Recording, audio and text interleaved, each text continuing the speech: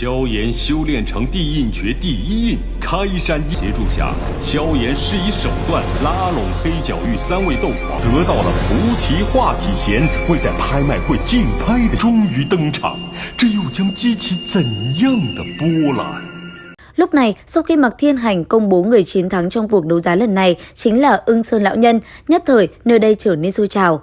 Còn Mạc Thiên Hành sau khi công bố người chiến thắng, thanh âm hắn ta liền vang lên nói: hiện giờ, Bồ Đề Hóa Thể Tiên cũng đã có chủ nhân, buổi đấu giá thành công tốt đẹp. Mấy ngày kế tiếp, Hắc Hoàng Tông sẽ tổ chức yến hội lớn, mong chư vị ở lại tham dự. Lời Mạc Thiên Hành vừa nói ra, Ưng Sơn Lão Nhân chậm rãi đứng dậy, sau đó liền đi ra bên ngoài. Thế vậy, Tiêu Viêm mỉm cười nói: vở kịch hay thật sự giờ mới bắt đầu, chúng ta đi thôi. Dứt lời, Tiêu Viêm liền cùng Tiểu Y Tiên và Tử Nghiên đứng dậy. Thế nhưng, ở phía sau họ, đột nhiên có một thanh âm vang lên nói: vị bằng hữu, khoan đã. Có chuyện gì sao? Lão phu Phương Ngôn, đại trưởng lão Ma Viêm Cốc, không biết bằng hữu là... Tại hạ họ Nham, đại trưởng lão Phương Ngôn có chuyện gì sao? Lão phu đến muốn hỏi một chút, Nham tiên sinh có hứng thú với Bồ Đề Hóa Thể Tiên kia hay không? Tại sao đại trưởng lão lại hỏi như thế?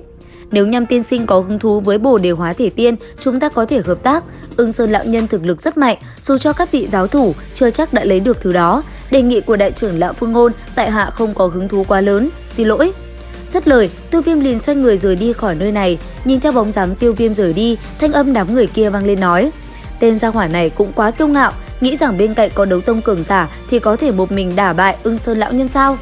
Phương Ngôn sắc mặt có hơi âm trầm, chợt quay đầu lại nhìn người áo xám thần bí phía sau, cung kính nói: tiên sinh, người xem phải làm sao bây giờ? Tình trạng hiện giờ đều dựa vào Bồ Đề Hóa Thể Tiên mà diễn ra, cho người theo dõi Ưng Sơn Lão Nhân, chỉ cần hắn rời khỏi Hắc Hoàng Thành sẽ động thủ. Nghe vậy, Phương Ngôn khẽ gật đầu, sau đó nhẹ giọng nói: còn về chuyện Tiêu Môn cùng Già Nam học viện làm sao bây giờ? Trước tiên, không cần quản bọn chúng làm cái gì, tối trọng yếu bây giờ là Bồ Đề Hóa Thể Tiên. Nghe thế, khẽ gật đầu, Phương Ngôn cũng không nói thêm lời, vung tay lên, sau đó mang theo đoàn người ly khai phòng đấu giá thật lớn này.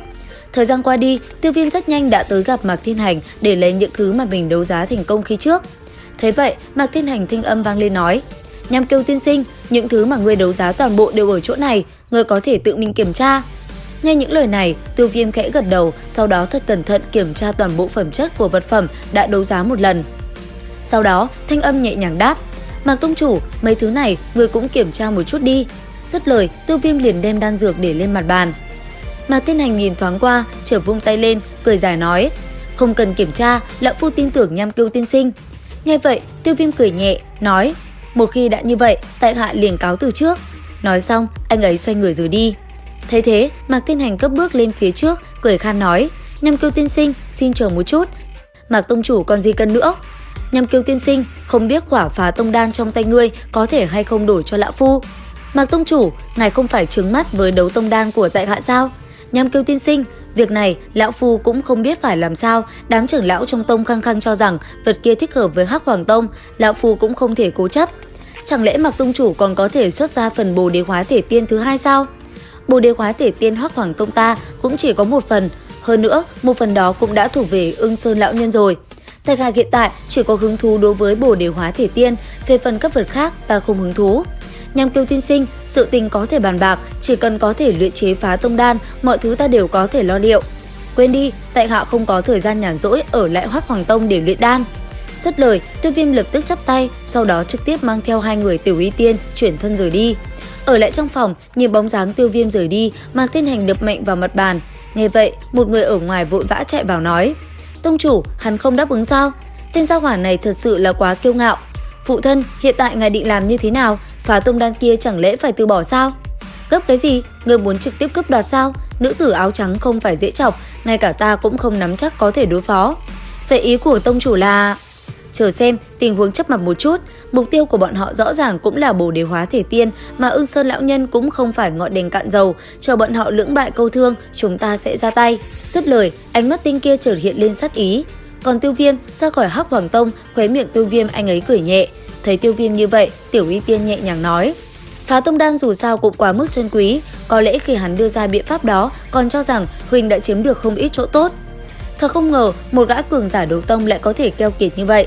Lão gia hỏa đó đem Bồ Đề Hóa Thể Tiên cho ta thì mọi chuyện đều ổn rồi không?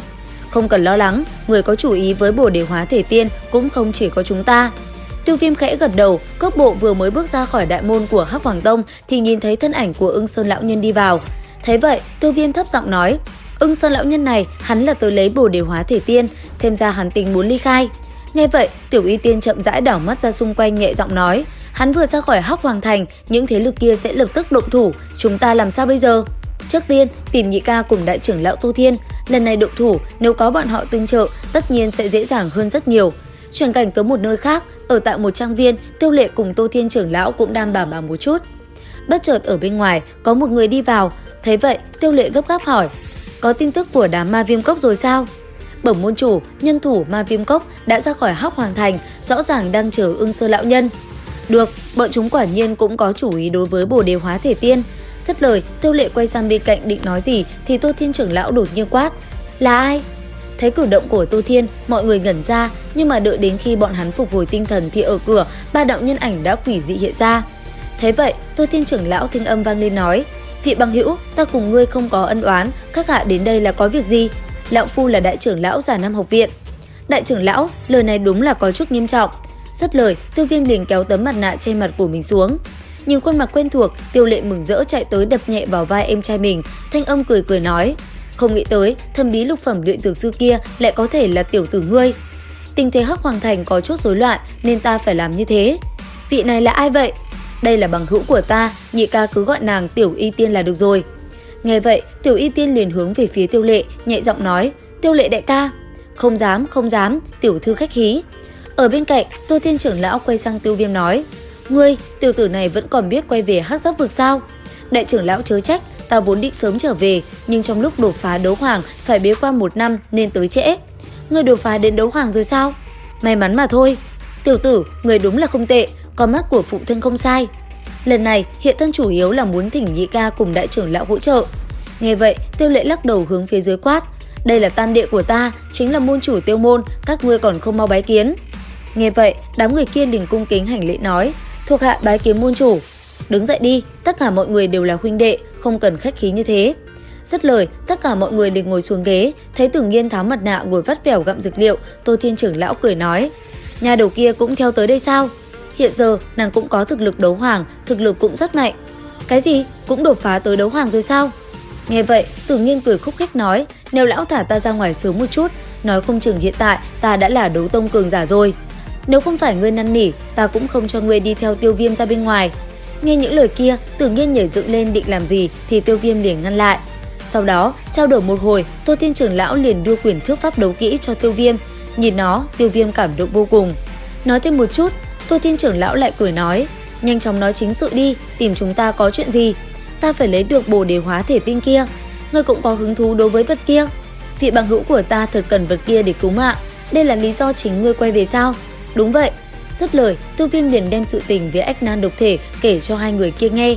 Nghe vậy, Tô Thiên kinh ngạc nhìn Tiêu Viêm một cái nói: trên đấu khí đại lục, người có ách nan độc thể từ trước đến nay đều bị bạo thể, người có cách sao? Đại trưởng lão cứ việc yên tâm, chỉ cần có kiếm đủ tài liệu, ta có thể làm được. Đoạt Bồ Đề Hóa Thể Tiên từ trong tay Ưng Sơn lão nhân kia cũng không phải chuyện dễ dàng gì. Sau lưng hắn có bối cảnh gì không? Hắn thích cô độc, thực lực ước chừng cũng là tứ tinh đấu tông. Chỉ có một mình hắn sao? Đúng vậy, nếu để ta cùng cô nương này liên thủ, ắt hẳn có thể bắt giữ hắn. Thế nhưng, đám người Ma Viêm Cốc vẫn đang sẵn sàng lao vào, chúng ta phải thật cẩn thận. Nghe vậy, Tiêu Viêm lặng yên suy nghĩ.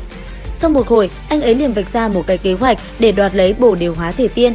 Tiếp theo đây, trong tập 78 đấu phá thương khung, diễn biến sẽ còn cực kỳ gay cấn khi cuộc chiến căng thẳng giữa đấu tông cường giả nối ra.